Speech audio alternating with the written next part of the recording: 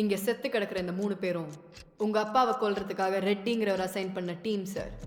இவங்க லல்லு மூலமா உங்க அப்பாவை வர வச்சிருக்காங்க. வந்தவர் அட்ரஸ் மாதிரி எங்க வீட்டுக்குள்ள வந்துட்டாரு.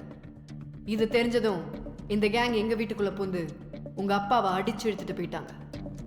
இந்த விஷயத்தை வெளியில சொன்னா எங்களுக்கு கொன்றுவோன்னு மிரட்டினாங்க. அதனால நாங்க யார்கிட்டயும் சொல்லல.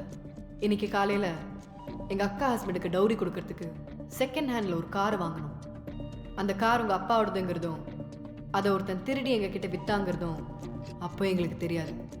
இவங்க 3 பேரும் உங்க அப்பாவை கொன்னுட்டு அவரோட பாடியை ரெட்டிக்கு டெலிவர் பண்ண எடுத்துட்டு போகும்போது இவர்கிட்ட மாட்டிக்கிட்டாங்க.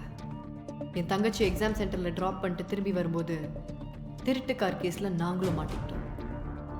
இவர் சஸ்பெண்ட் ஆனதுக்கு நான் தான் காரணங்கிறதுனால என்னை பழி வாங்கணும்னு இந்த கோஇன்சிடென்சஸ்லாம் வச்சு அழகா ஒரு ஸ்கெட்சை போட்டாரு.